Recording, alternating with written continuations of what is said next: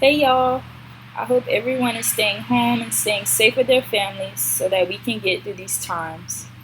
With that being said, let's begin the lesson.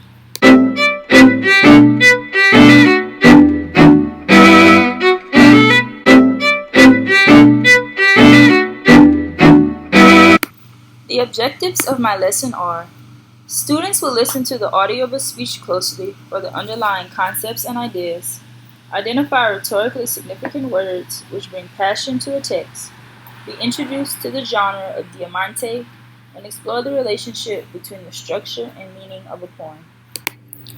But before we begin the lesson, students will complete their DTPs or daily test prep questions. These questions are samples of ACT questions and EOC questions that the students may see in the future. After about 5 minutes or so, and the students have completed their DTPs, I will tell them that they will listen to a famous speech. Everyone should know what the famous speech is and have heard it before. While they listen to the speech, I will tell them to write down words that stick out to them or words that they think are important. Of course, I won't play the entire speech for timing purposes, but I'll play it up until I think students have generated enough words on their list. I have a dream that one day on the red hills of Georgia, the sons of former slaves and the sons of former slave owners will they be able to sit down together at the table of brotherhood. I have a dream. After students have listened to the speech, I will put them in groups of 3 to discuss. In these groups, they will discuss the words that they wrote down from the speech. After they discuss, they will then compile a new list of words as a group that they think are most important. They will write this down on a sheet of chart paper. Once everyone has written down their words on the chart paper, I will then collect everyone's sheets and post them onto the board. We will then have a class discussion about all of the words, and I will ask students to tell me patterns of repetition that they notice between the lists. Of course, I would want them to defend their answers when they tell me why certain words are more important than others.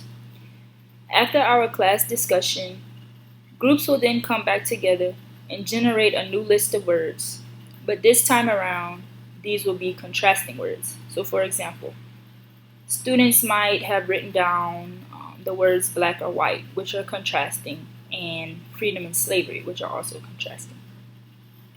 So in the end, students may have the same words, but they will have different Diamante poems. So after students have their list of contrasting words, I will tell them to put it aside because they will need it later. So then I will ask the class if anyone has ever heard of a Diamante poem. Most likely, students will probably say, What is that? I've never heard of that. So this is where I will give the students a few facts about what a Diamante poem is. I will tell them that it's a poem that does not contain rhyming words. It's a 7-line contrast poem that's set up in a diamond shape. And diamante is a French word that means diamond. But also give them the pronunciation guide on how to actually say the word. So once I give the students these information, I will then model for them what a Diamante poem is. And to do this, I would ask the students to give me 2 contrasting words. So the students might say winter and summer. They will then give me words that they think of when they hear summer and words that they think of when they hear winter. So these words for summer might be ice cream, vacation, swimming, and words for winter might be cold, sledding, snowflakes, different things like that. And we will generate a list of words, and then I will show the students the format of a Diamante poem. Once I show them the format, we will then fill each line with its corresponding words. So the students might come up with something that looks a little bit like this.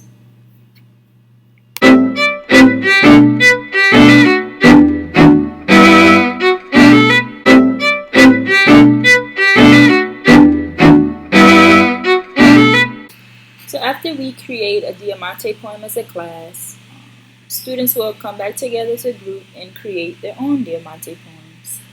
They will use the contrasting words from the I Have a Dream speech to create their poems. I will give them a copy of the speech to refer back to along with the format of the Diamante poem. They can also refer back to the poem that we just created as a class if they need any help. Since there are 3 members in each group, each person will have a designated role that they must fulfill. One member will be the captain, and this person is responsible for managing the group and making sure that the group stays on task.